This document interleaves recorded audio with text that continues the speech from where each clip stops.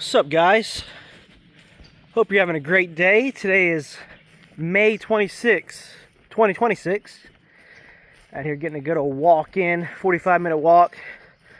Currently doing this challenge. It's called 75 Hard. If you haven't heard of it. Basically, you do 2 workouts a day.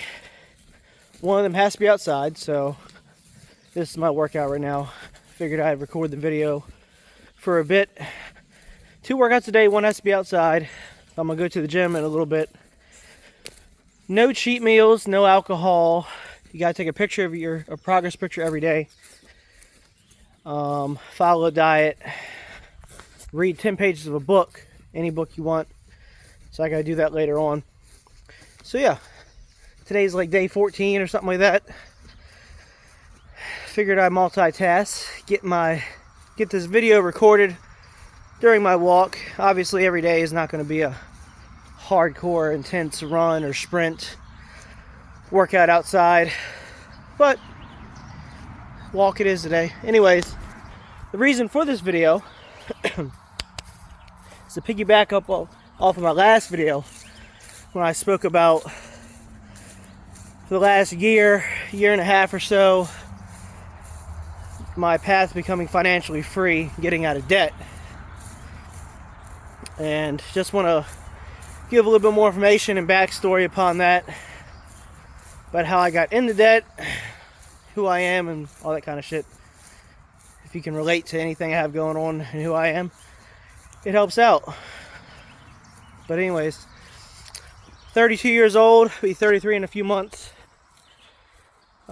Lived a very standard, basic life up until 29 years old. That's when my divorce took place. But up until 29, basic, average dude. Went to high school, 1.9 GPA in high school. Didn't give a fuck about school.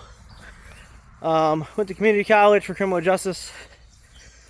Academically suspended from community college because I didn't give a fuck. First job ever was a janitor, going into my senior year. Janitor for the middle school that I was going to. After high school, a week after I graduated, went to a lumber yard and worked. Made $7.50 an hour. This was back in 2012. Was there for 2 years, and then I got my current job. I've been there for 11 years now at a felonious detention facility. You can put 2 and 2 together. The type of people I work with. But anyways, been there 11 years. I started in I think 2015. Yeah, July of 2015. My starting salary back then was $29,000. I felt like I was making money compared to that $7.50 or $7.25, whatever it was an hour. But so I've been there ever since, different positions here and there. It's currently 2026. Throughout the years, salary increases and this, that, and other.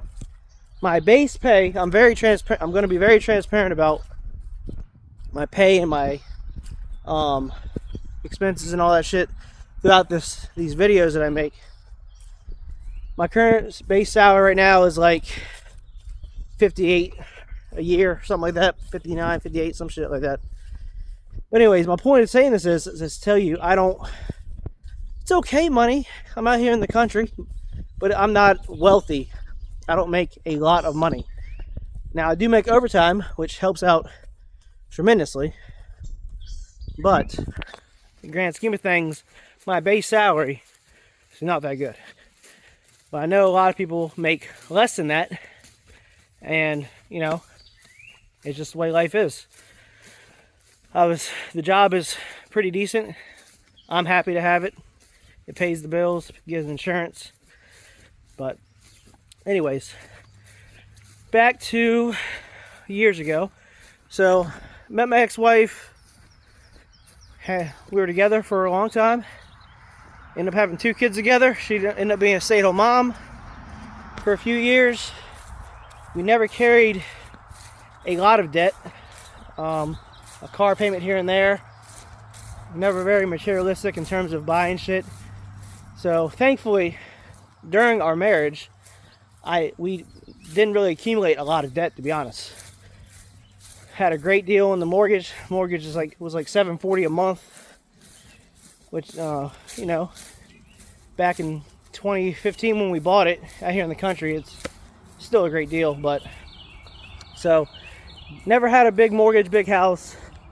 Car payments, had like a Nissan Altima. It's actually right there. 2015 Nissan Altima. That was like $250 a month.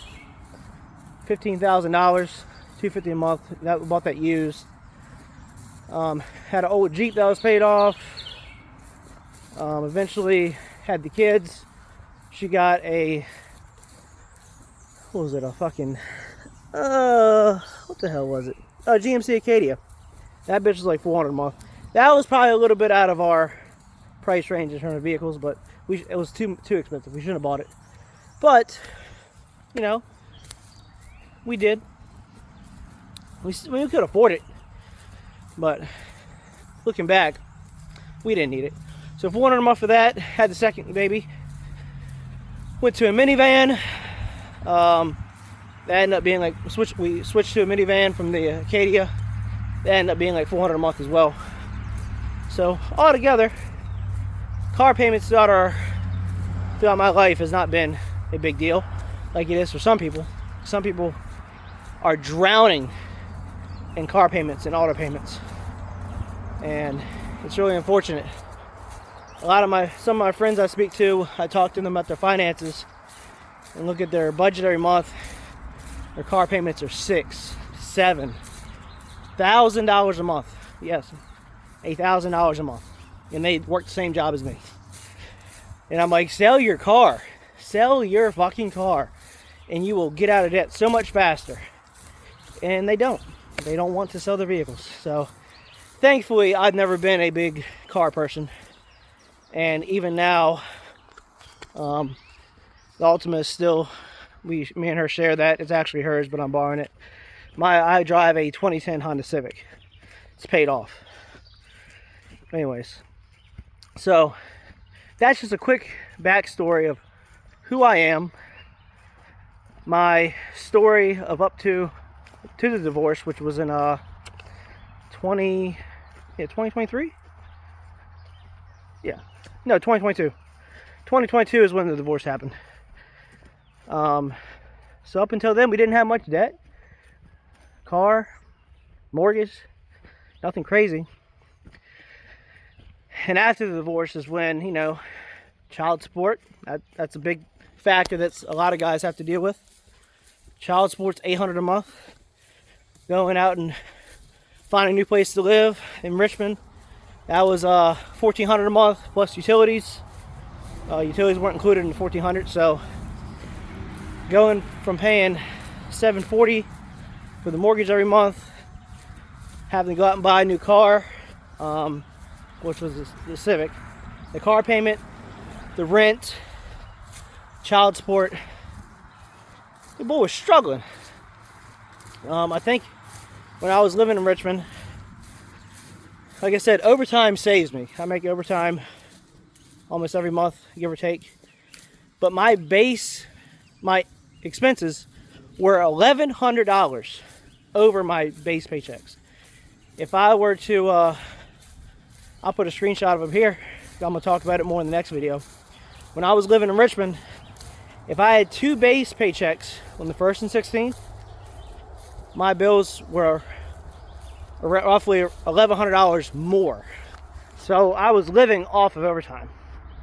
And I was looking at the debts that I had, the loans, and I was doing the math of how long it's going to take me to get out of debt. And I was like, man, fuck this. And granted, I moved away to Richmond. It's like 1 hour and 20 from my kids. Change of scenery, change of pace. It was cool, but like I said, it's far from the kids as well, which was not ideal. They enjoyed it. They enjoyed the change of scenery and being close to more museums and parks and all this other kind of shit. But I did the math and I was like, I'm not trying to pay off debt for this fucking long. So I thought things out, figured out a plan or a way, which I'll go into the next video, of moving into a camper. I was blessed enough to have this property that I'm on. Well, it's not mine, it's my brother's. It's vacant, got a old decrepit house on it. Look at that beauty. Look at her. She saved my life. She changed my life. And be able to get me out of debt as quick as I have.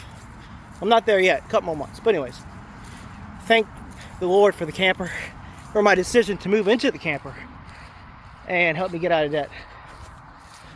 But so I moved here November of 2024. So I've been here, I don't want to do the math, a year and a half, give or take a few months, I don't know.